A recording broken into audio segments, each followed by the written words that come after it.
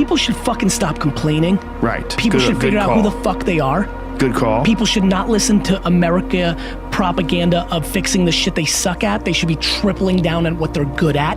They should be competent in certain areas, but you're not gonna become Beyonce or, you know, like your bone structure is a certain way. Like you're not gonna solve everything. Your IQ can get a little bit better, but don't worry about the incremental. Figure out what you fucking puts you on fire and you're halfway decent at. If you're lucky enough right now to be listening and you're good at what you like, become tunnel fucking vision. Because there's way too many voices telling you what and how. And here's the other thing, and this is the big one, John, because you have a humongous audience. The biggest thing that I've seen dividends from, have the conversation with the person that's holding you back. The reason most people who are listening right now are not doing that thing is they're worried about the opinion of somebody, usually their mother, usually their father.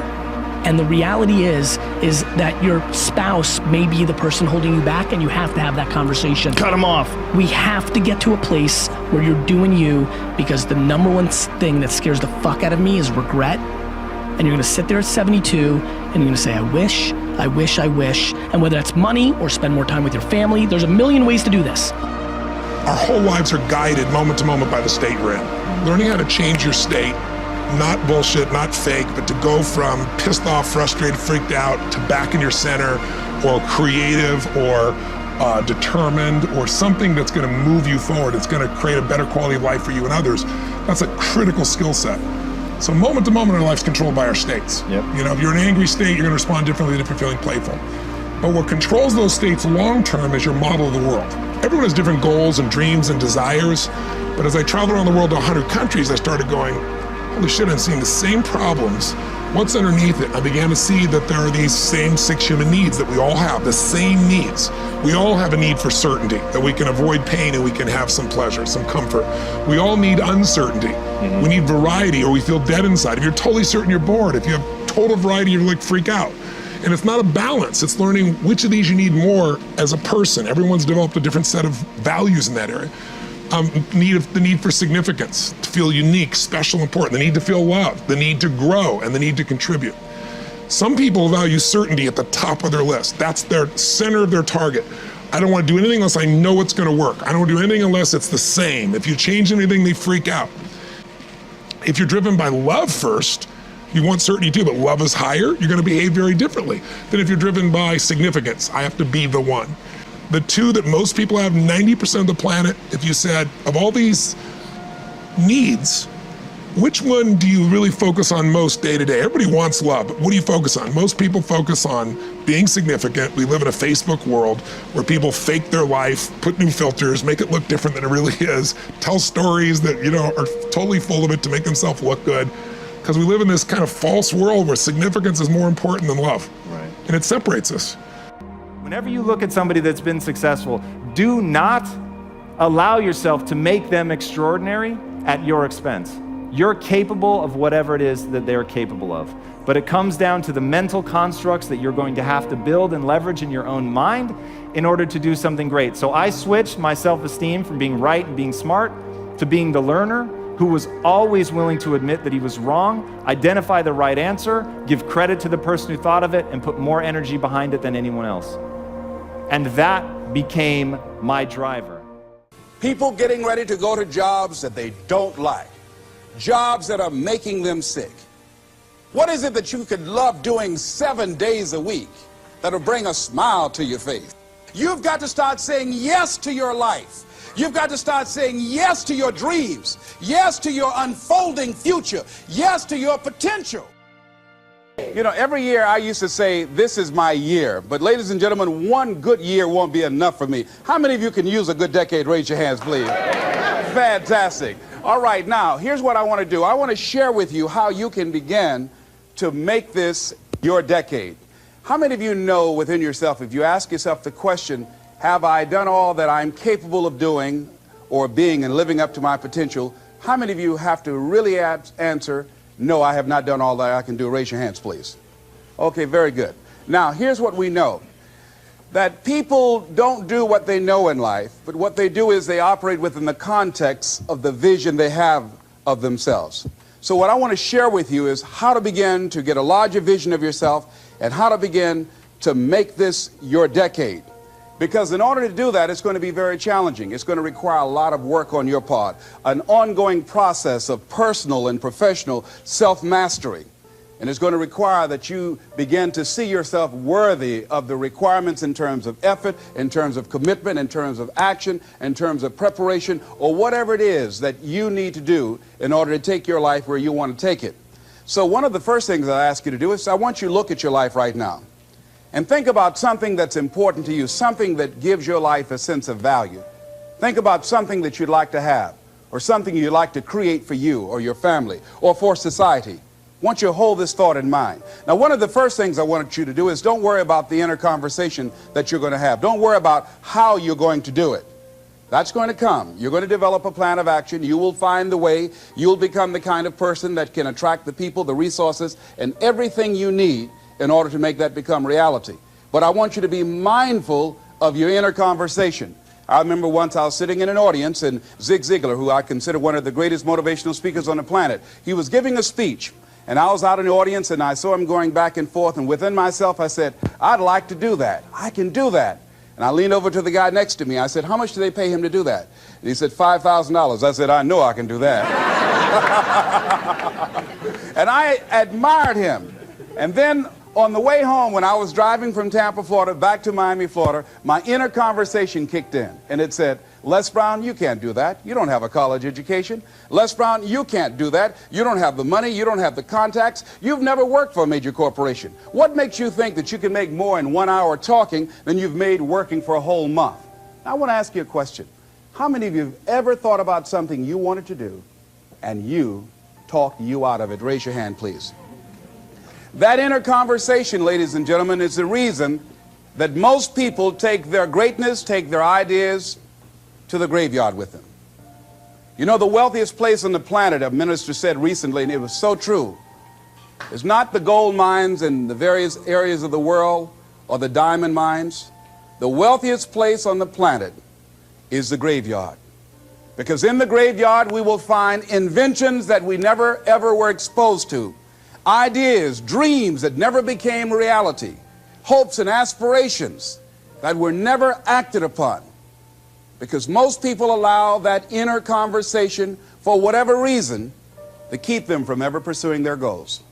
So let us begin to look at what's required in order to make this our decade. Why is it that most people don't ever reach their goals or live up to their true potential? One is fear. And there are only two kinds of fears that we're born with: the fear of falling and the fear of a loud sound. All other fears we learn, like the fear of failure. The next is the fear of success. That's one of the major challenges I had to deal with. I was working on a major project, and after it began to grow and it was extremely successful, I panicked and I walked away from it and gave it to someone else because I didn't believe that I could handle it. The other thing that keeps most people from reaching their goals is that a lot of people become comfortable. They stop growing. They stop wanting anything. They become satisfied. They stop looking at ways in which they can improve themselves. They stop putting things in front of them. I was reading something by a great man, George Bernard Shaw, and he said something to the effect that to have succeeded is to have finished one's business on earth. Like the male spider who is killed by the female spider the moment he has succeeded in his courtship. And he goes on to say, I like a state of continual becoming with a goal in front and not behind. I remember after giving a speech at a major corporation, a gentleman came up to me who was up in years, and he said, you know, that's real great motivation for you young guys, but I've done all my work. There's nothing else for me to do. I said, oh yes, you've got a lot to give. You have a lot to offer. The fact that you're still here means that your business is not through yet. The other thing that keeps us from reaching our goal is not feeling worthy. That's where a lot of people get stuck. Because see, when you don't feel worthy of your goal, you will begin to unconsciously engage in self-destructive behavior, like procrastinating, constantly putting things off, squandering your time, and that's what life is made of. Something else that keeps us from reaching our goal, and that is many times because we spend so much time complaining and blaming everybody or everything. I'm reminded of a friend of mine who talked about the fact that one day he was walking by this house and some people were sitting on a porch, and there was a dog on the porch, and this dog was just moaning and groaning. So he was curious, and he asked the owner, he said, "Why is this dog moaning and groaning?" And the owner said, "Because he's laying on a nail." He said, "Well, why doesn't he get off?" He said, "It's not hurting bad enough for him to get off." How many of you know people who moan and groan and complain about life all the time, all right? They might moan and groan about their job. "I'm sick of this job.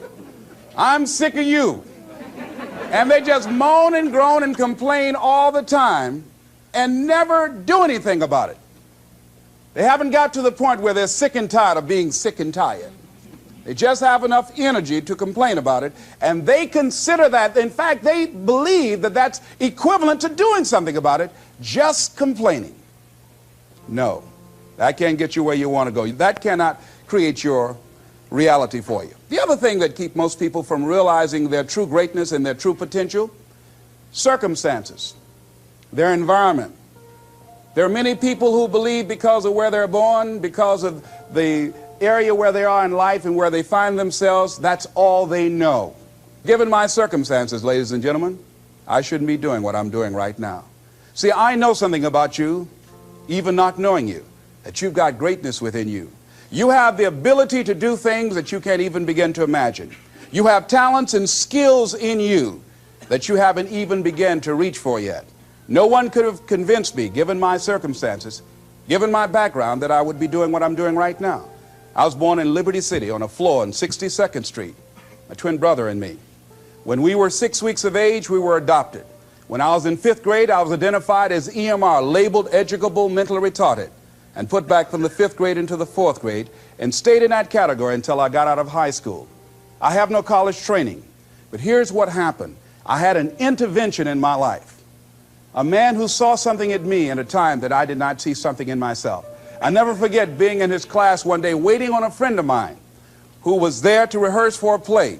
He did not show up, and he asked me to go up to the board and write something on the board. And I said, "I can't do that, sir." He said, "Why not?" I said, "Well, I'm in a special education class." He said, "What do you mean?"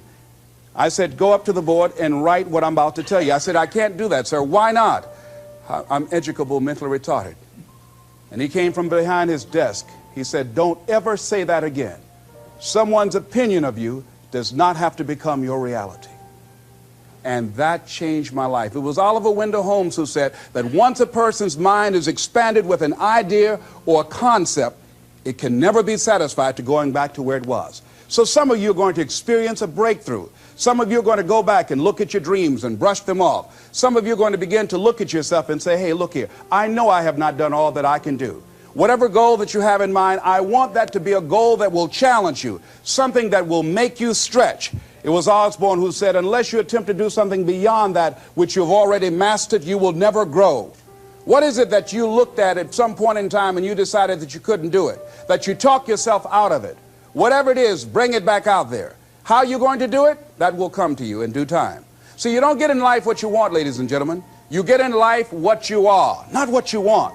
And see, the good news is that we can always become more by working to develop ourselves. So the first process of making this your decade, you've got to begin to take a look at your life and look at where are you right now? What are your strengths? What are your weaknesses? What gives your life a sense of fulfillment, a sense of joy? What does a full, rich life means to you? What is it that you could love doing 7 days a week that'll bring a smile to your face? Think about that. In all the areas of your life, your professional life, your personal life, your family life, your spiritual life, what is it that you'd like to have? Once you begin to determine that, that takes you to the next step. And that is, once you decide what it is that you want, now you've got to decide that you deserve that. Repeat after me, please. I deserve the best that life has to offer. I deserve to find my purpose in life. Shake somebody's hand on your right and left and say, find your purpose.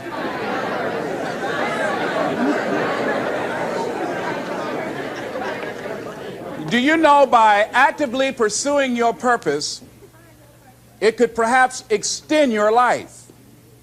The number one killer in this country of all the diseases we have, heart disease. That's the number one killer. And if you ask most people, when is it that the majority of people have their first major heart attack?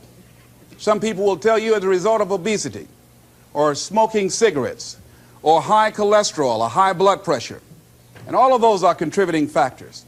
However, the truth of the matter is that most people don't realize that the majority of people suffer their first major heart attack on Monday morning between 8 a.m. and 9 a.m. People getting ready to go to jobs that they don't like, jobs that are making them sick. You see, when you're not pursuing your goal, you are literally committing spiritual suicide. When you have some goal out here that you're stretching for and reaching for that takes you out of your comfort zone, you'll find out some talents and abilities you have that you didn't know you have. I started speaking just to elementary school kids because I knew they didn't know what I was talking about. And they gave me all kind of standing ovation. We like you, yeah. Then I graduated up to junior high school and then to senior high school and then to various community groups and church groups and civic associations and then to colleges and to businesses. Now I'm traveling across the country and then traveling nationally and internationally. But I never would have discovered what I'm able to do right now if I wasn't willing to take a chance. And you've got to be willing to do that. You've got to believe in yourself. I was doing work for a major corporation and they were having a major downsizing. It's just another terminology for major firings. And so the people that were working there, they approached them and said, listen, you are eligible for early retirement. We will give you a buyout package of $300,000 if you take it within this time frame. However, after this time frame, when we have the downsizing, you might be among the people cut and you will lose all of the benefits that we're talking about right now, and the most you can get is 2 weeks severance pay. Ladies and gentlemen, only 50% of the people that were eligible took this. Let me tell you something. If I'd been there, I'd have gone to ask for your check. Listen, Marvin told me to get his check. He's home with his mama. What?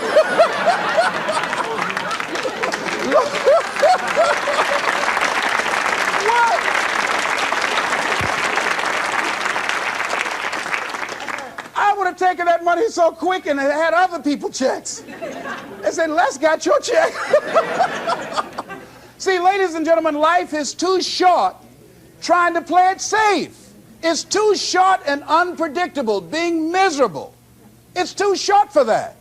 Here's the thing. There's no safe position in life. Let me tell you why. It's a quiet secret that most people don't realize. You can't get out of life alive. Hello, you can't get out of life alive. So there's no safe position. You can die in the bleachers or you can die on the field. You might as well come out on the field and have a good time, right?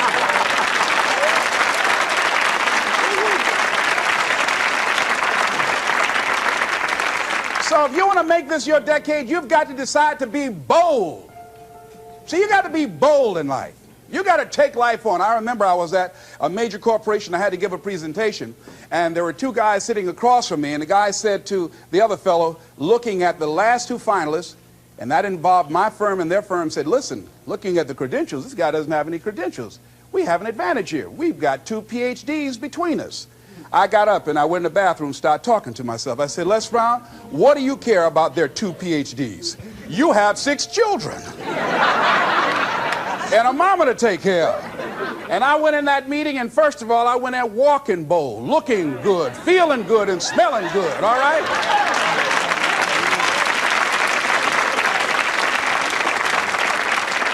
And I sat across that table and we started negotiating, and I operated in a spirit of absolute certainty. I looked at them as if the only reason that they were born was to give me that contract. They survived 1 out of 9 million sperms to carry out this transaction. And I got the contract. Hello.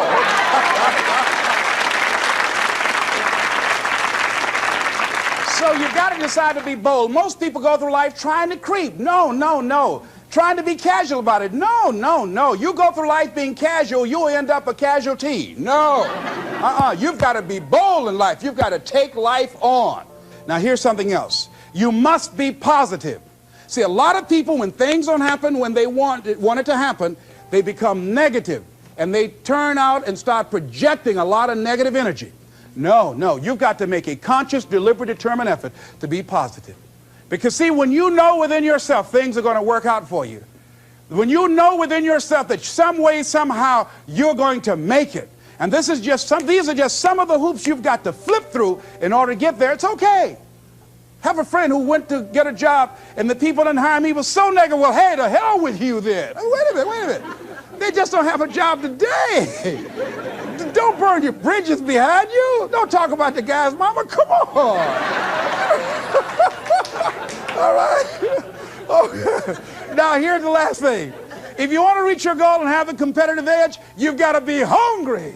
A lot of people love me to tell this story. When I got out of school, you know, my first major goal was to buy my mother a home, and my hero in broadcasting was Paul Harvey, and I wanted to become involved in broadcasting, and I loved the disc jockeys that were on the air, and I wanted to become a disc jockey. And Mr. Washington said something to me that I'll never forget, who was my mentor in high school. Repeat this. Whitney Young is his quote. It's better to be prepared, for an opportunity, and not have one, than to have an opportunity and not be prepared. See, so I started working to develop my communication skills and expand my vocabulary. I started visualizing myself being a disc jockey. I saw myself on the air having a talk show and playing records and people listening to me. That was my vision. That was my dream. I held that in mind constantly. And I would practice all the time. Practice makes what? Perfect. Absolutely not. Just dislodge that from your mind. Practice only makes improvement. Perfection doesn't exist. They need to take it out of the dictionary. It doesn't exist. Practice only makes improvement. You can always better your best. You have not done your best work yet. As long as you're here, you have a chance to transcend yourself. So don't believe in perfection. It doesn't exist. It only makes improvement. So I would practice every day. And finally, I went over to this radio station, asked a guy for a job named Mr. Butterwall, and I said, how you doing, sir? I'd like to get a job. I was working on Miami Beach at the Fontainebleau Hotel at the time. The Jackie Gleason and the June Taylor dances were famous. And my favorite program on television, most people would not remember, John Beresford Tipton. Hi, my name is Michael Anthony. I have a check for $1 million. How many of you remember that program, all right? The Millionaire, that was my favorite program on television, you know. So this is my fantasy, you know, and every time we would drive from Miami Beach, I would fantasize, oh, that's the house. When I get my million, I'm going to buy my mother that home over there. So that's my fantasy. So I went up to Mr. Butterball, and he said, do you have any radio experience? I said, no, sir. You have any background in journalism? I said, no, sir. I said, but I can never get experience if you don't give me the opportunity. I've been practicing a lot, sir. He said, I'm sorry, we don't have any job for you. I said, thank you, sir. He didn't know my reasons for being there. My reason, I wanted to use radio as a means to earn the money to buy my mother a home. I went back to the radio station again. I said, how you doing, Mr. Butterball? My name is Les Brown. I know your name. Didn't I just see you here yesterday? I said, yes, sir. I said, y'all have any jobs here? Didn't I tell you yesterday we didn't have any jobs? Yes, sir, but I thought maybe somebody got fired or resigned. I didn't know, sir. I went the next day. How you doing, Mr. Butterball? He said, yes. And I just didn't take it personal. How you doing? So y'all have any jobs here? Didn't I just tell you yesterday and the day before we didn't have any work? Well, I thought maybe somebody died, sir. I didn't know. I went the next day, showed up like nothing was wrong, like I saw him for the first time. How you doing, Mr. Butterball? Y'all have it? He said, boy, make yourself useful. Go get me some food. I said, yes, sir. See, many times when you want more, you've got to be willing to pay your dues. So I became their errand boy. I would get their lunch and their dinner and all kind of food for them. After a while, I would take the food to them in the control room, and I would not leave until they would ask me to, and I'd watch them working the controls, and I'd memorize their hand movements. And pretty soon, they would trust me with their cars to go pick up entertainers that came into town, entertainers like Sam Cooke, Dinah Ross and the Supremes, the Four Tops and the Temptations. I would drive them all over Miami Beach in the disc jockeys' cars. I didn't have any driver's license, but I was driving like I had some.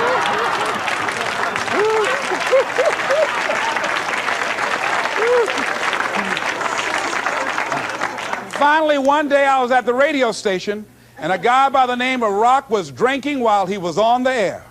It was a Saturday afternoon. I was the only one there.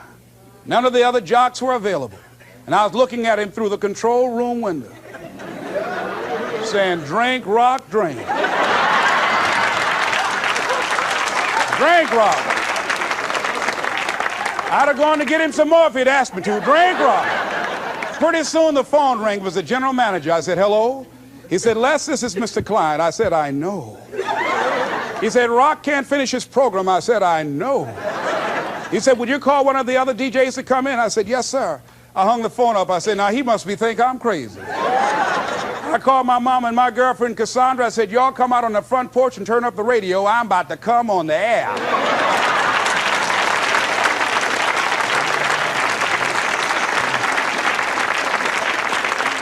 I waited for about 20 minutes and I called him back. I said, Mr. Klein, I can't find nobody.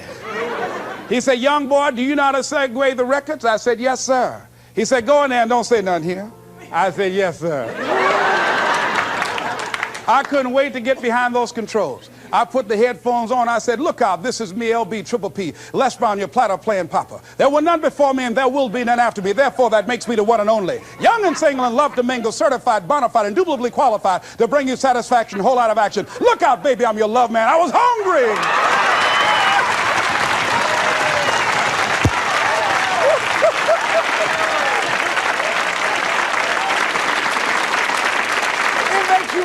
Better when you are able to have charge of your destiny, doesn't it? Gives you a good feel. Gives you choices. You can do more things. See, my first major goal was to buy my mother a home. I feel like Abraham Lincoln, who said, all that I am and all that I ever hope to be, I owe to my mother. And I said to my mama one day, I said, Mama, when I become a man, I'm going to buy you a home. And you won't have to go to work every day. You won't have to work. You just sit down, Mama. She was getting up, getting dressed to go to the M&M cafeteria. I was just following her around. I said, watch, Mama. One day you won't have to leave here to go to work no more. It's raining outside. You won't have to go to work in the rain. You just do what you want to do. Like stay home and fix me sweet potato pie. My mama fixed the kind of sweet potato pie you can't eat with your shoes on. You have to take your shoes off so you can wiggle your toes, all right? But that was my dream. That was my passion. I saw that, and that drove me. That was my reason for being. So one of the things, in order to make this your decade, in order to reach your goals, you've got to find some reasons that make you strong, some reasons that will make you hang in there when times get rough, because they're going to get rough.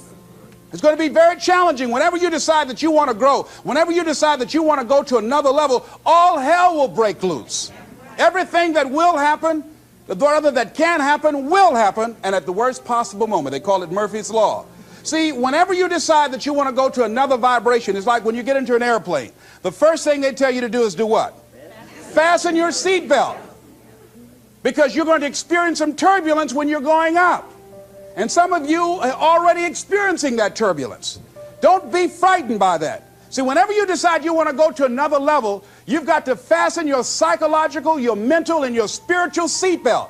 Because it's going to be a while before you experience a comfortable altitude.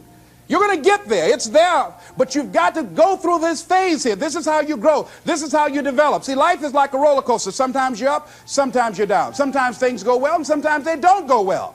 But in the down moments, that's when you discover who you are. During the down moments, see, in this prosperous time, you put it in your pocket. In the lean times, you put it in your heart. And that's when you discover who you are.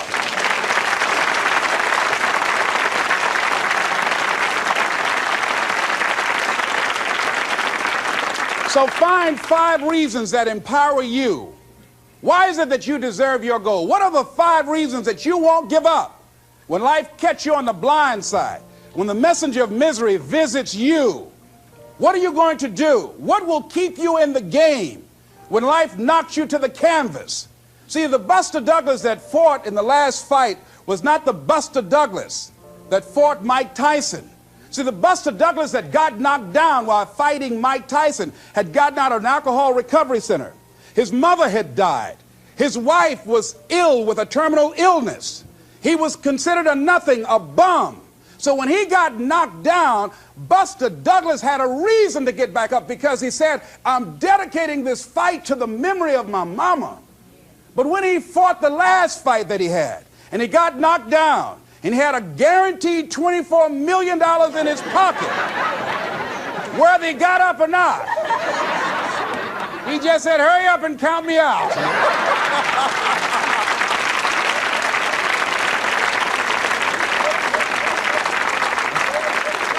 And I don't blame him. Why get hurt? I said, no, why'd you leave so soon? Somebody's about to get hurt, me. So you've got to have some reasons that when life knocks you down, and it's going to. Hello, it's going to knock you down. When people disappoint you, and that's going to happen. When they betray you, and that's going to happen. When they lie to you, and that's going to happen. When they say, oh, you can count on me, and they won't show up, and that's going to happen. When you want to throw in the towel and give up yourself, and that's going to happen. When life collapses on you and catch you on the blind side, it drop you to your knees and start choking you. You got a dream? No, I ain't got no dream. And that's going to happen. What reason can you remember that you can call on, that you can reach on, that can make you get back up? Find that reason. Because when life had knocked me down, I said, life, I'm doing this because I want to make my mama proud of me. I'm doing this because I want my children to have a better life than what I had. I'm doing this because all my life I've been told I'd be a loser, that I wouldn't make it. All my life I heard people say, Mamie, take them back to the welfare department. I'm doing this to make them a lie. I believe like Frank Sinatra, he said, the best revenge in life is massive success. I'm doing this so I can become massively successful. And with that kind of courage, with that kind of affirmation and reason to empower me, I got a saying that when life knocks you down, try and land on your back, because if you can look up, you can get up. All right?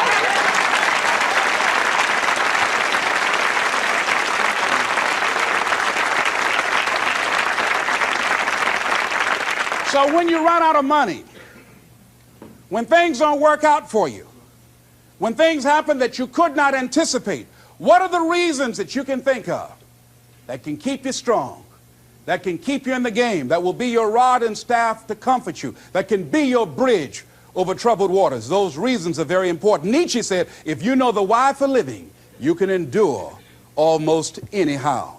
So find out the reasons that you do what you do. Find out the reasons that will make you strong, that will make you walk by faith and not by sight, that will make you pursue your dream when everybody is against you or don't believe in you no more. And let me tell you something, that's a lonely feeling. It's a lonely feeling, particularly people that you're doing it for, or people that stand to benefit the most, or people who should be the #1 members in the encouragement club, but they end up saying, you can't do it, and they become members of the discouragement club.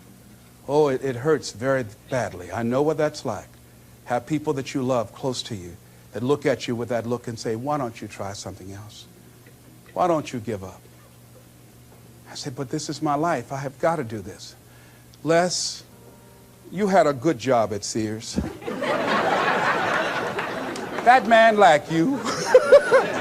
Mama, I can't go back to Sears. I got to be my own boss. I can't do that. I mean, you know, it's ladies and gentlemen, you know, when you work on a job that's dead end, you can see the ceiling already. It's like going in the middle of a movie.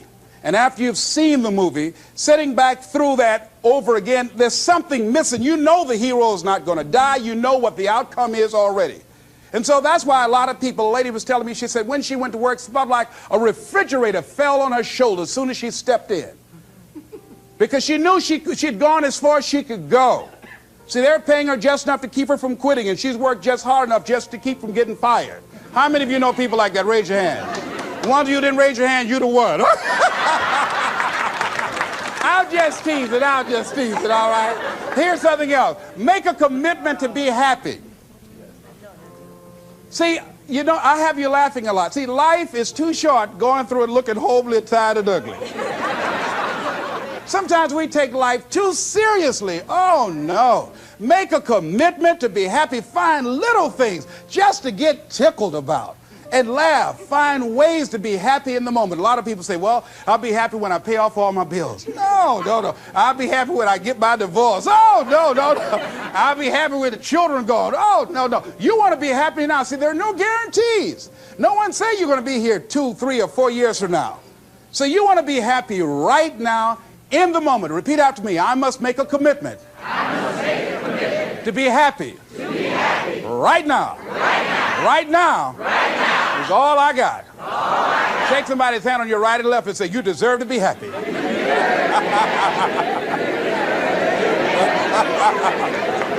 Make a commitment to be happy. because life now has new meaning for you. Just enjoying the sunset, or just looking at life, or looking at nature, going for a walk. It's the little things in life that counts. Here's something else that you want to begin to do in order to make this your decade. You want to begin to get all the toxic people out of your life.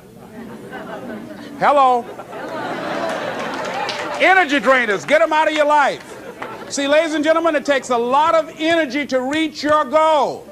It takes a lot of emotional, mental, and spiritual energy to reach your goal. And you can run faster with 100 who want to go than with one around your neck.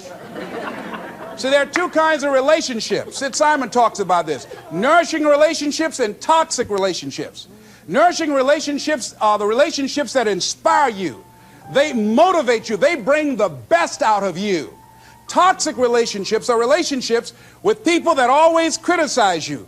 All they can do is find fault. All they can do is just exploit your weaknesses. All they can do is remind you of the mistakes that you've made in the past. These people are bad for your health. Toxic people can run your blood pressure up. One apple can spoil a whole barrel. One negative energy drainer can spoil your whole life. I know people whose lives have been ruined because somebody wasn't good for them. See, there are some people that aren't good for you.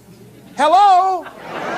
They aren't good for you. You've got to get them out of your life. See, a lot of people put up with a lot of foolishness because they don't want to die by themselves. Here's what I believe. I believe in a one-to-a-box theory.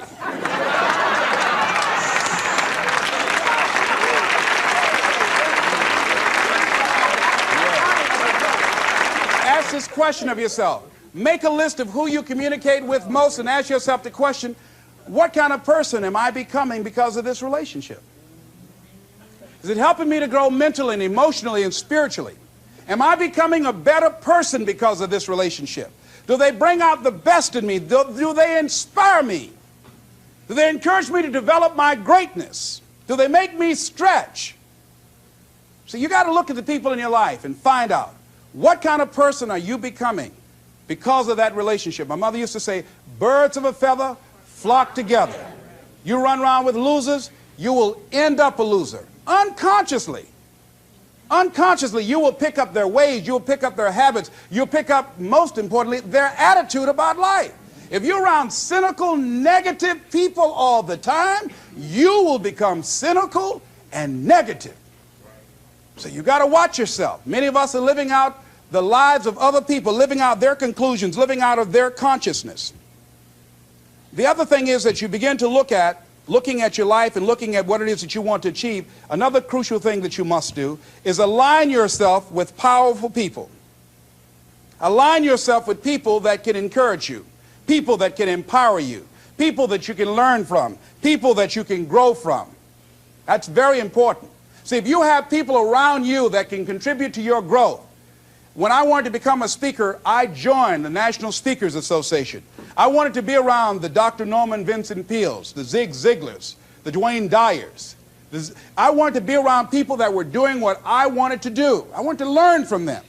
And you want to do that too. You want to align yourself with people who think like you, people who dream like you, people who want more out of life, people that are stretching and searching and seeking some higher ground in life. As opposed to the majority of people. Somebody said, always strive to get on top in life because it's the bottom that's overcrowded. And see, you don't want to be on the bottom. See, it's easy to be on the bottom. It doesn't take any effort to be a loser. It doesn't take any motivation, any drive in order to stay down there on a low level. But it calls on everything in you, ladies and gentlemen. You have to harness your will to say, I'm going to challenge myself. Sometimes I have to pull myself out of bed and say, come on, Les. Things I know I should do, I don't do. Things I shouldn't do, I do. I found that the biggest enemy you have to deal with is yourself. There's an old African proverb that says, if there's no enemy within, the enemy outside can do us no harm. So think about that.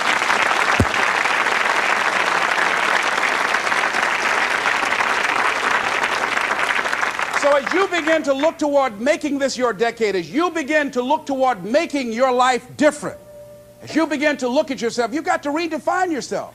Who are you right now? And who must you become in order to create what you want? What has to change about you? What is it that you're doing right now that would be a liability for you? As you begin to look toward the future and take inventory of yourself, what is it about you right now that you've got to leave this behind because this no longer fits?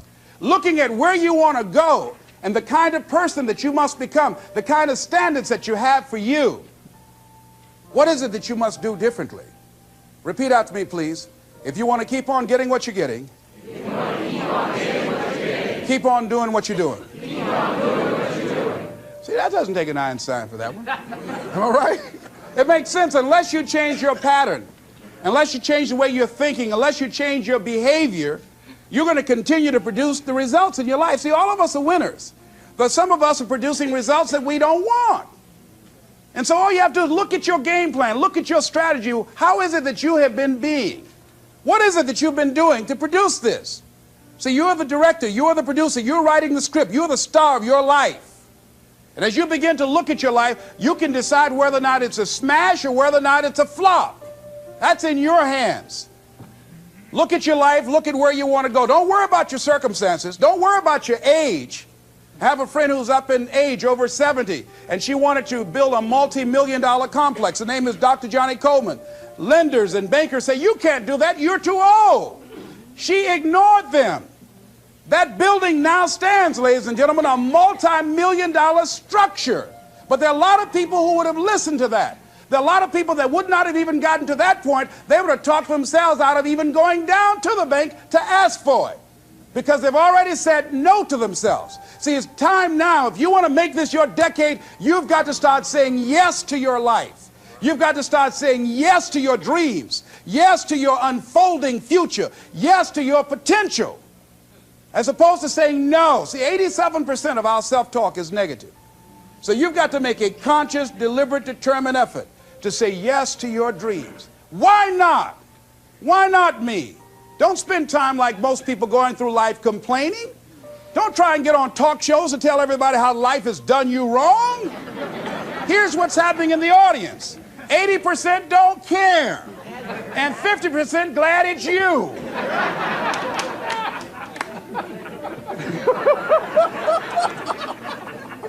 All right? So when you know that, you don't go around crying, oh, you know what they did to me? Who cares? Get away from me before they come back.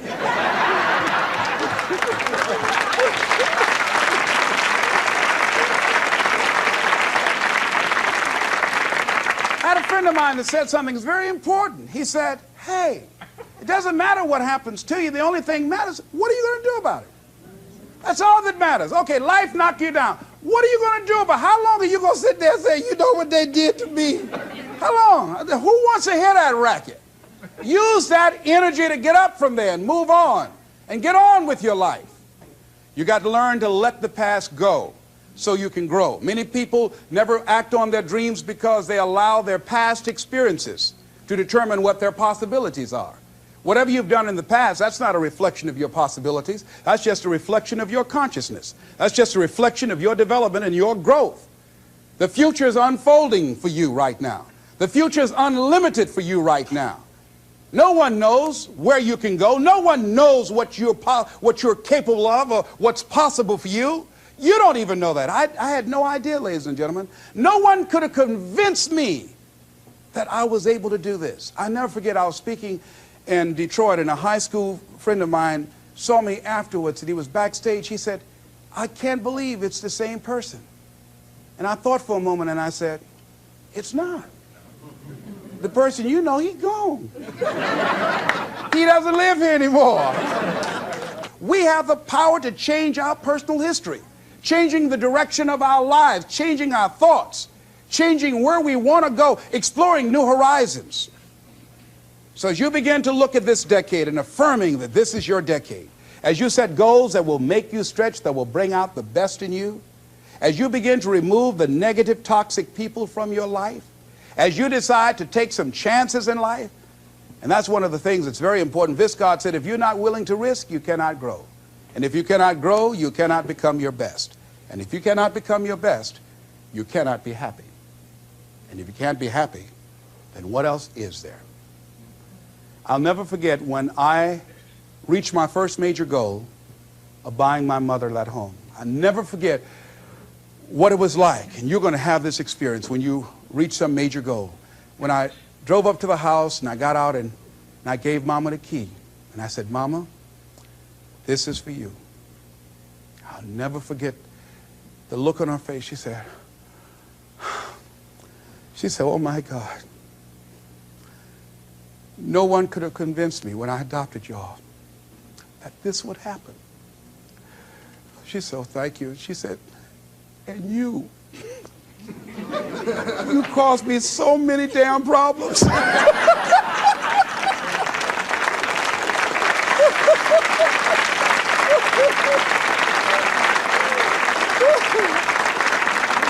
I was just one of those kids that had a lot of energy.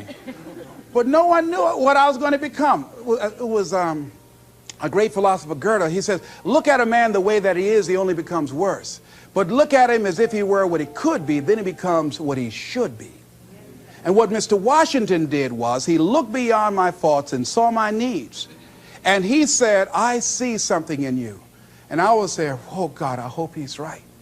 And I want to live up to his expectations. See, no one rises to low expectations.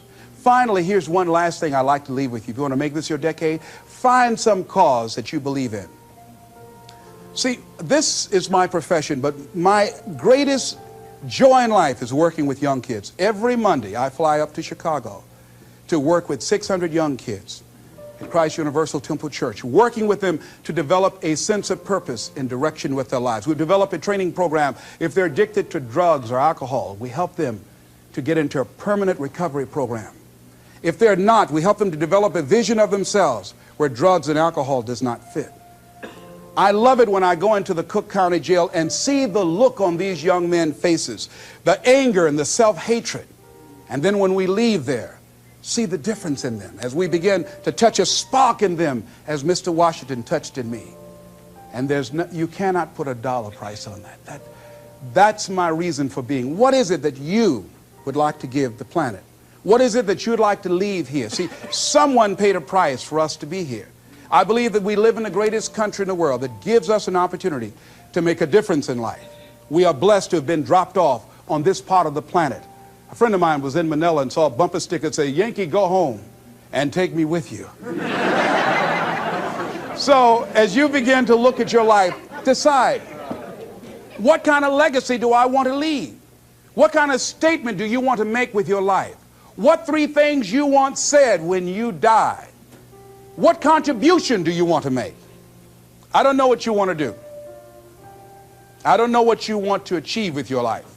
Here's what I know about you, and about you, and about you, and about you. That you have greatness within you. That you have things and gifts and talents that you've been bestowed with.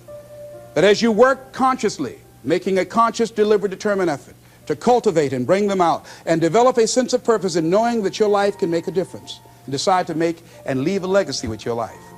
I say to you that the planet will never be the same again because you showed up. As you begin to look toward the future and affirm that this is your decade, this is what I like to leave with you that I'm known by. It's become my motto. And it says simply this: what do you want to do? My goal is to be the best son that I can be to my mother. My goal is to be the best father that I can be to my children. And my goal is to create a drug-free America, be the best motivator that I can be. Yes. Whatever your goal is, this is what I like to leave with you. It says simply this, that if you want a thing bad enough to go out and fight for it, to work day and night for it, to give up your time, your peace, and your sleep for it, if all that you dream and scheme is about it, and life seems useless and worthless without it, and if you gladly sweat for it and fret for it and plan for it and lose all your terror of the opposition for it, and if you simply go after this thing that you want with all of your capacity, strength and sagacity, faith, hope, and confidence, and stern pertinacity, if neither cold poverty, famish, or gulf, sickness, or pain of body and brain can keep you away from a thing that you want, if dogged and grim you besiege and beset it, with the help of God you'll get it. This is Mrs. Mamie Brown's baby boy, Leslie Calvin Brown, saying it's been a plumb pleasing pleasure as well as a privilege. Thank y'all here.